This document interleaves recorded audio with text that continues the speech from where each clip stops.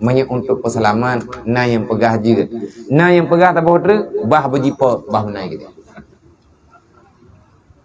Tanah wakaf ada milik Allah Taala. Yang tukang pak pi keruang Allah Taala. Baim pak nang geroi. Bah menai kita urutan. Akiban hukum tanah wakaf kadialih fungsi. Itu kangen tanah lain.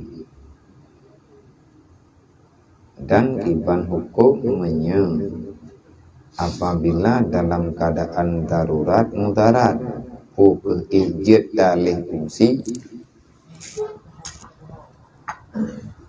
ijid tanah wakafnya aturan roy anak berubah dan hajit ubah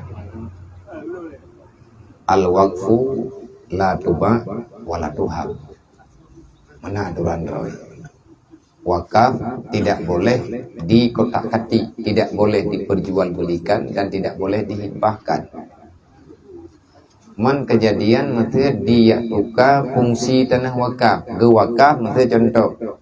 Nyoba pertanyaan tanah wakaf dialih fungsi. Ge wakaf ke masjid dedo ya pada melatak mana.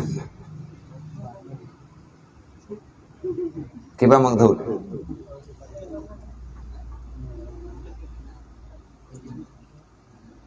menyetekedi kagak tersebut untuk sabuh tempat yang kagak wakaf kampenannya hanya ubah dan pertanyaan tabotre tekedi menyamekarat ejut tatuka mate pu ejut dalih fungsi nyen makna mengkarat mudaratnya bagiban yang tetapi pendapat yang dasarnya tetap lanjut tetapi nana pegah lagi yang kana pegah le kure-kure kita bak beut lampu wakaf hidup bak binih keruang wate tru iraya nyen keruangnya lampunya ipo tapi baju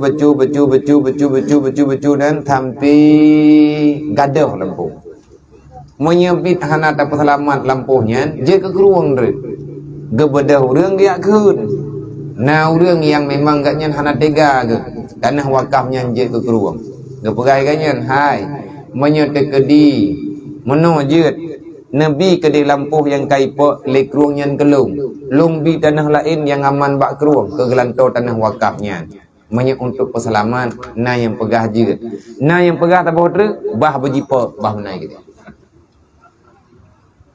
Tanah wakaf ada milik Allah Taala. Yang tukang pak pi keruang Allah Taala. Baim pak nang geroi. Bah menai gede urutan. Artinya yang pegah hanjit bah menai gede. Sebab wakafnya hana rugau. Cuman intifa ji hana. Hana tatoh cok intifa. Hana tatoh cok manfaat. Hai lagi contoh no. Hana manfaat tanah wakaf li.